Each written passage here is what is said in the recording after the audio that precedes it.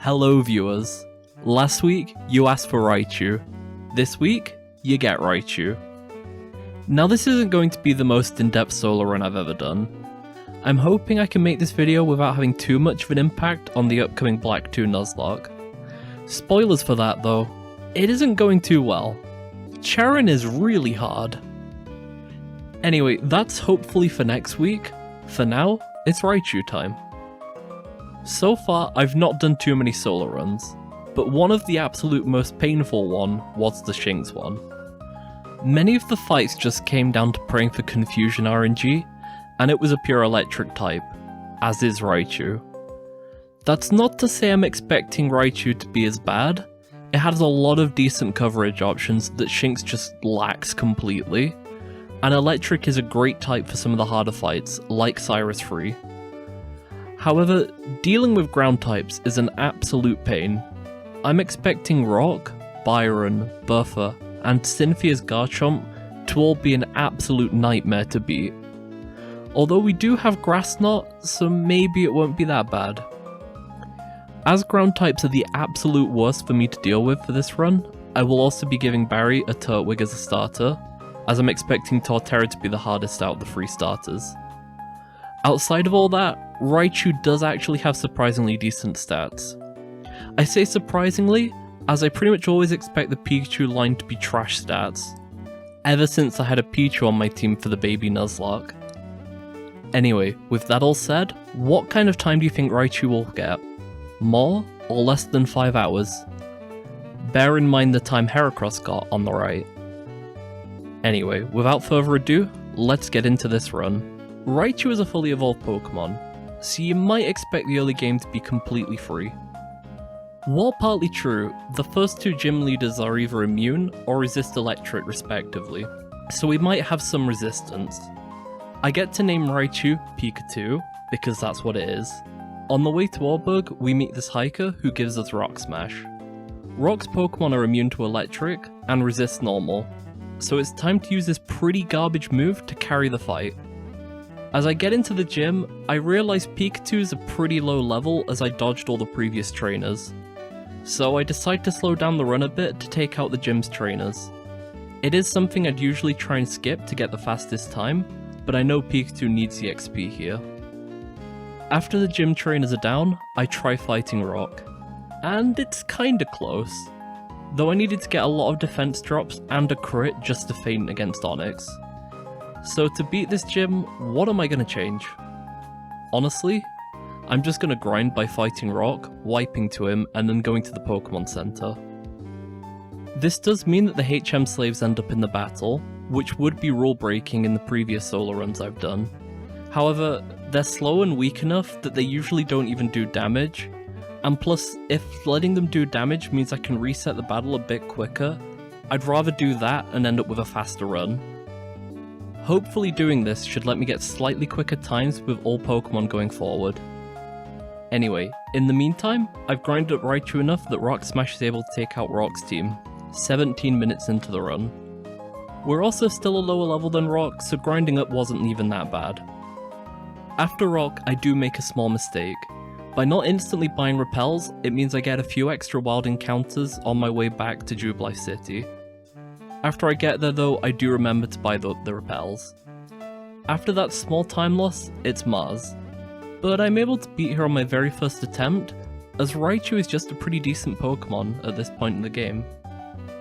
After seeing so many people doing runs of the Gen 4 remakes, I'm really beginning to question if Mars was even ever that hard. Maybe it's just that using non-evolved Pokemon into Purugly that's pretty hard? Although, I have to ask, why did they nerf Mars? In the remake, she only ever seems to use Thief, which is just straight up worse than Scratch 99% of the time. Plus her Zubat never seems to start with Toxic, which combined with Fake Out could do a lot of damage to one of your Pokemon.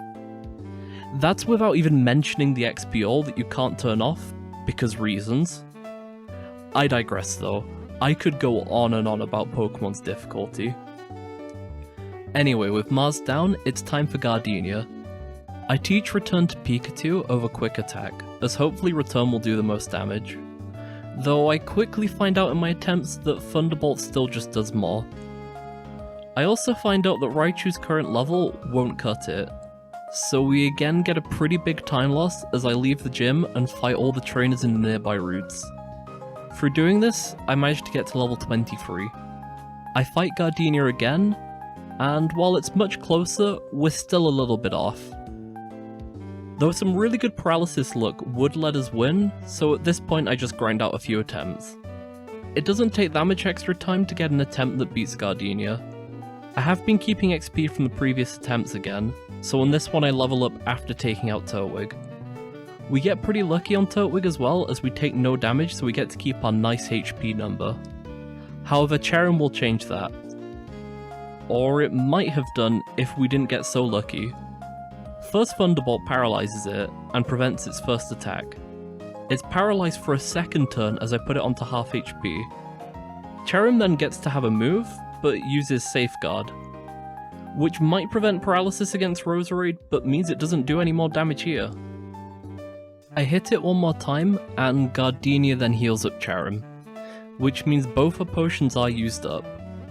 2 returns later, and I take out her Cherrim, but she does finally get an attack in, which ruins our HP's comedy. Finally, she sends out Roserade, and then misses 2 stun spores in a row. She does finally manage to get it, but she's so low HP that we cannot lose from here. Beating Gardenia gives us a TM for Grass Knot, which will be very important going forward, as is the insane luck Raichu randomly gets on winning attempts. Just pay attention to how many crits pop up, and most of them aren't even necessary. Speaking of which, it's Jupiter next. She's not hard at all, but we do need to reset twice entirely because of Night Slash getting crits. Then the one attempt where she doesn't crit me, unsurprisingly, we win. With her defeated, it's time for Fantina. Usually, she's pretty annoying in solo runs, so I'm expecting this to take a few attempts, especially as my first attempt gets burnt on the first turn. From there though, Pikachu somehow goes on to sweep the rest of Fantina's team. First she heals Duskull, but it's slower, so over 2 turns we take it out. Haunter is next.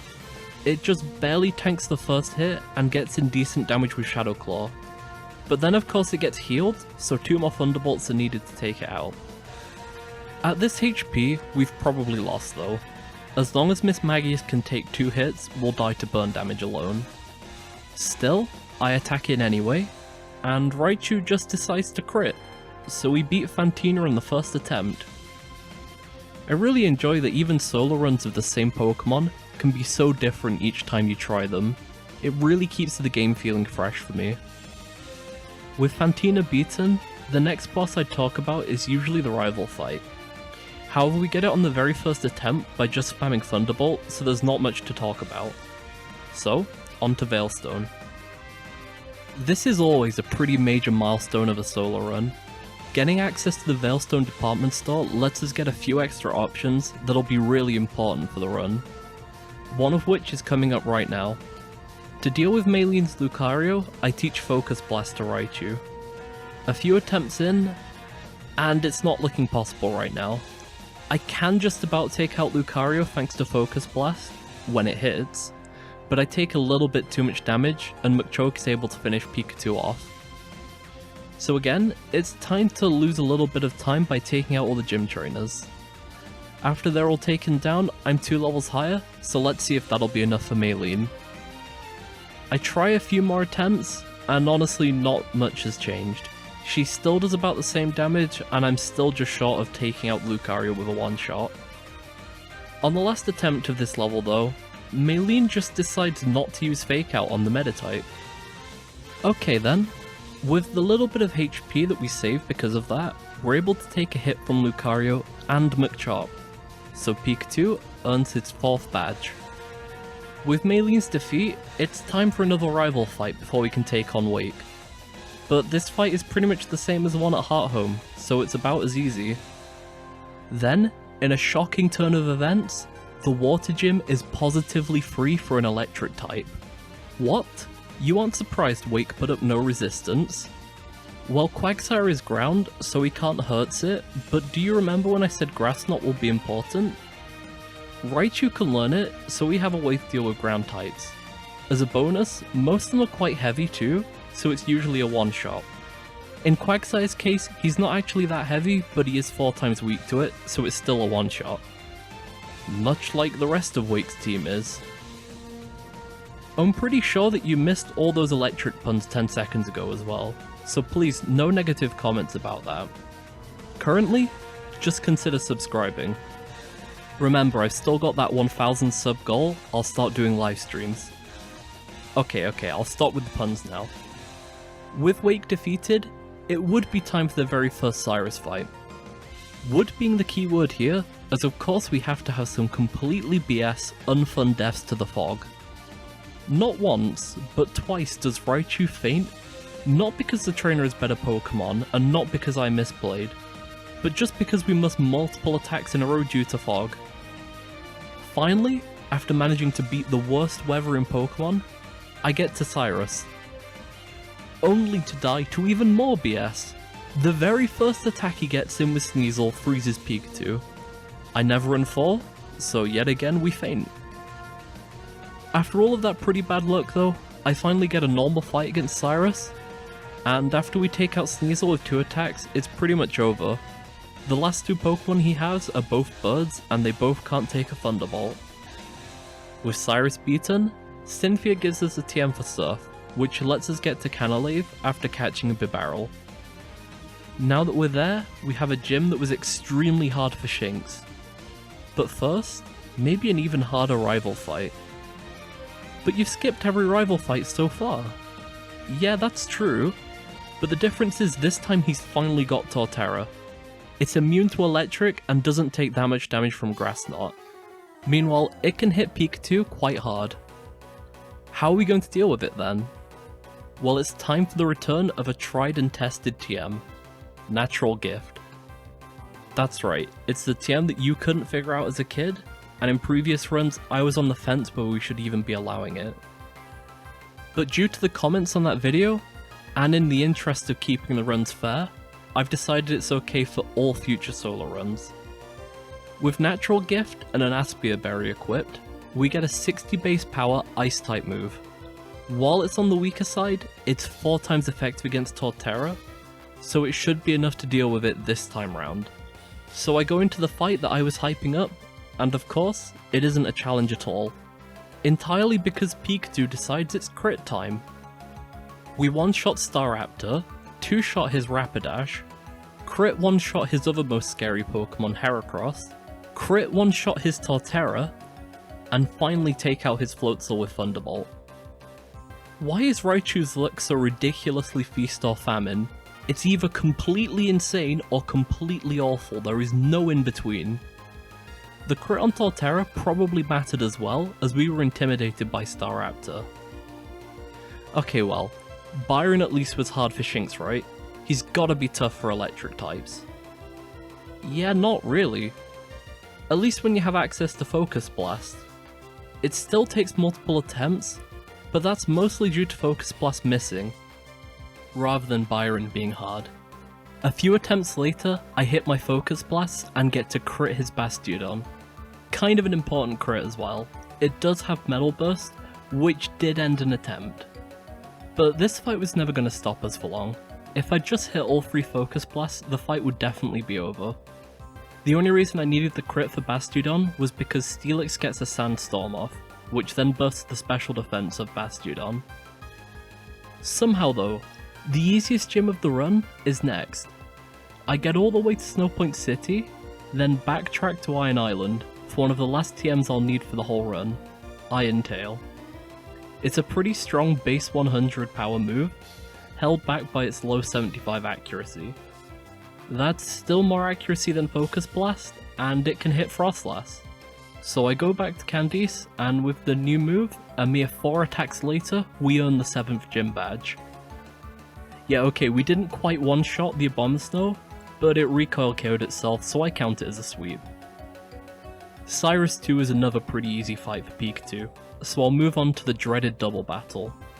This one is almost always a challenge for Pokemon, pretty much because of Barry's Munchlax. So of course, the first thing I do is KO his Munchlax.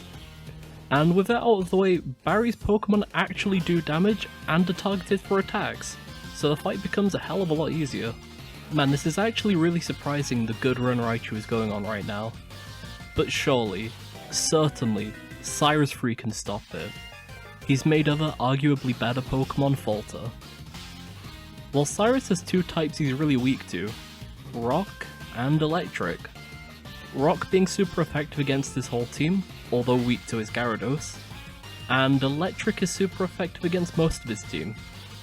First attempt, and Pikachu sweeps his whole team.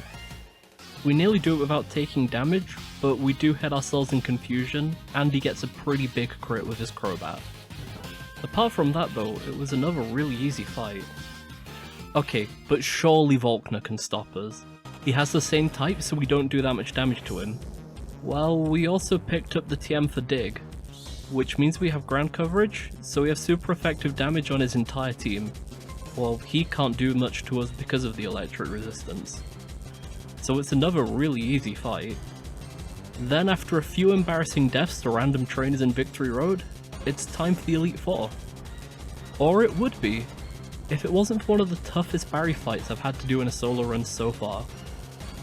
We have to get past not only his Torterra, which is really scary in its own right, but also a Snorlax with Earthquake that I can't one-shot, and a Heracross who always hits really hard, and usually isn't a one-shot. On the first attempt, you can see I can't even get past the first hurdle. I think at the current level, a 2-hit Grass Knot is possible, but even with that, we're not going to beat his Snorlax. So to beat this fight in any reasonable amount of time, I need to go and grind. So I leave the Elite Four and pick up all the rare candies I can easily get, then grind out levels. I get to 67, go back to the league, and use all the rare candies. This gets us up to level 73. I also teach Natural Gift and get a Pomeg Berry, which is a slightly higher base power Ice-type move. I then try to fight Barry again. Well, it's closer, but the Natural Gift isn't able to one-shot Torterra, and Thunderbolt only does half to Snorlax. So I can either grind until I get a crit, or just get a few more levels so there's at least a chance that Natural Gift can one-shot. I choose the second option, because that should be more consistent as I'll get more attempts that go past the Torterra. I grind out the last two levels, which now gives a small chance for Natural Gift to one-shot. Between that chance and critting, it should be much more likely to take down Torterra, so it's finally time to try Barry again. With the slightly higher level, we're just about able to take Barry down. Well, I say just, but yet again, Raichu's insane Feast or Famine luck strikes. Staraptor is obviously a one-shot. Torterra though, we get max damage roll and one-shot it with a Natural Gift. That's about as lucky as a crit. Then the very next turn, I get a crit Thunderbolt on Snorlax, which takes it out. After that, I've got full health for his last two Pokemon, so a few more turns later, we've beaten Barry. It's definitely been one of the hardest Barrys so far though. I don't think I've ever needed to grind out 10 plus levels to beat a Barry fight before.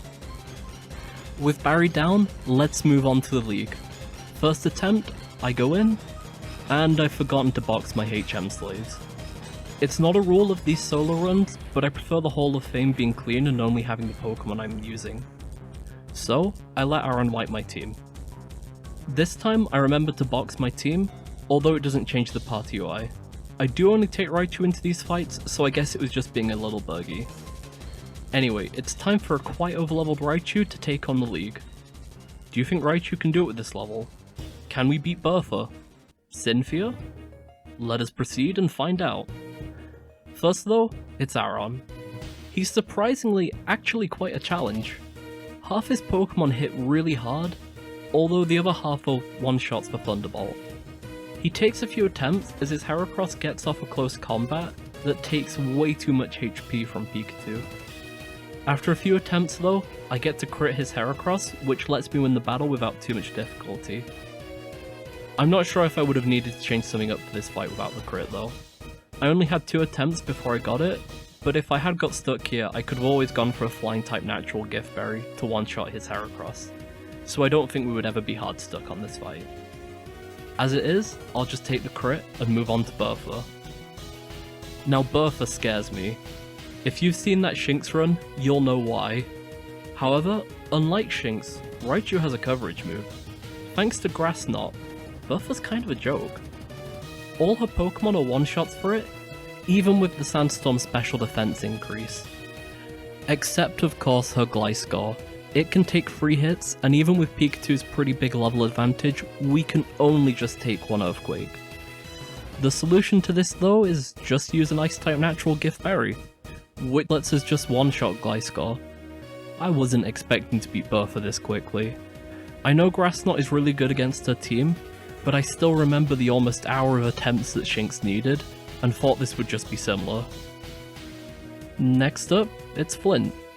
He uses Fire types, and at first I think I can just dig to victory, but a Flare Blitz from Infernape, then a Quick Attack from Flareon ends the first attempt pretty quickly. Well okay then, time to try a strategy I've been saving. I learn Rain Dance and Thunder on Pikachu, and you can probably see where this is going. By setting up a Rain Dance, Thunder can't miss, therefore I have a really strong electric attack I can use all the time. I have a pretty easy time with Flint's team because of that. However, a few of his Pokemon, like Flareon, can survive a Thunder, so against it, I go for a Dig, as it has really good special defense, but not so good defense. The Dig does let us one-shot the Flareon, but it means the rain has ended by the time Rapidash comes out. So I decide to Dig against it as well, but Raichu is faster, which is an issue as Flint goes for Bounce, meaning he dodges my attack, and then gets to hit with Bounce. This gets us paralyzed. That does mean we're slower though, so now we go second with Dig. We get lucky not getting paralyzed, so we take out the Rapidash next turn. I just need to dodge some more paralysis and we should have the fight. Finally, it's Magmortar. He hits a pretty strong flamethrower, but I get to set up Rain. That should give us defense from his fire moves. Flint agrees, and then for some reason decides to go for Solar Beam. We hit a Thunder and take half his HP. Next turn, Solar Beam connects, and it only does 30 or so damage. Okay then. I hit a final Thunder and end the fight. Finally for the Elite Four, it's Lucian. Time to learn probably the best electric move in the game, Charge Beam. I use it against Lucian until I get to +2 special attack. With the special boost, I get a Rain Dance up, then Thunder Sweep his last few Pokemon. That was a really clean fight. We've beaten the entire Elite Four in less than 10 minutes. All that's left now between Raichu and the Hall of Fame is Cynthia. She has her terrifying Garchomp, which we can't hit with our electric sweeping moves. But apart from that, her team is pretty weak to electric, so if we just get enough special attack ups and Spiritomb, Grass Knot should be able to deal with Garchomp.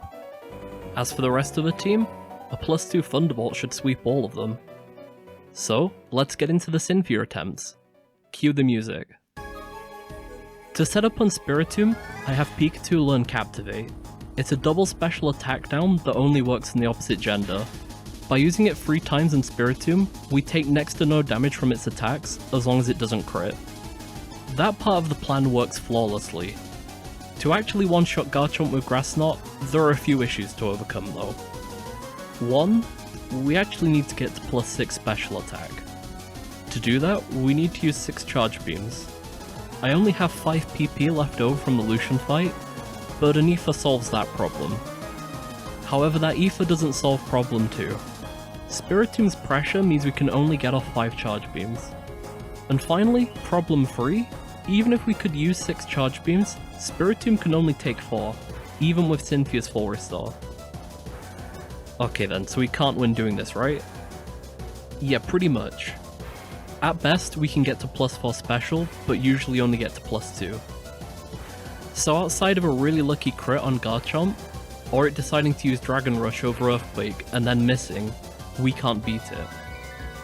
We just need to get 1 extra hit though. Something I did notice after doing a few attempts, Cynthia really likes to swap Spiritomb out to Garchomp after she uses a full restore and gets hit once. So if I play predicting this switch, I can get the free hit on Garchomp. I just need that to happen, which means I just only need decent luck of getting Charge Beam boost on Spiritomb, and also not getting crit, and also Cynthia deciding to actually swap out. This does happen a few times, however every time it did happen, Spiritomb got a special defense drop with Shadow Ball. That doesn't matter until we get all the way to Roserade, and with that special defense drop, Roserade can one-shot Pikachu from whatever remaining HP it has. Well, I just need an attempt that dodges that defense drop as well, and we should be good. Many attempts later, we get it. I get set up on Spiritomb, and then I predict the Garchomp swap out, so we get the free Grass Knot in. Next turn, we finish it off with another Grass Knot, and then we proceed to one-shot the rest of the team with Thunderbolts. Except for a Roserade at the end, which is just about able to survive one. However, on the one turn it does have, Cynthia decides to only go for a Toxic as we're on high enough HP with no special defense drops. So with that, Raichu does it, beating the game at 3 hours, 56 minutes. Honestly, a pretty decent time. It's beating out all of the time solo runs I've done so far. Maybe once we get a few more done, we can start to put a tier list together for solo run Pokemon. And also maybe some of this time saving comes from the fact I know Platinum better now. Anyway though, with that all said and done, thank you guys so much for watching. Like I said earlier, this is meant to be a shorter video, just so I can have something to put out while I work on my next Nuzlocke run. And it's looking to be quite hard. A bit of spoilers on that actually, as I was recording this, I have now gotten a run really far into the game, and I've been using some really diverse and cool Pokemon for a Nuzlocke, and I honestly think it's going to turn out to be a great run. The one issue is though, it might be a really long video, as I managed to get almost all the way to the Elite Four before finally wiping. So you'll have that to look forward to hopefully next week. However, after that Nuzlocke, I'm not sure what I'm doing next, so I might need another Pokemon to solo run with after that, depending on how long the next video takes. So let me know in the comments what Pokemon you'd like to see solo run next. Finally, a really big thank you to my patrons. You guys are slowly but surely making the dream of making content for a living a reality, and that means the world to me. Finally, I hope everyone else watching has a great rest of their day.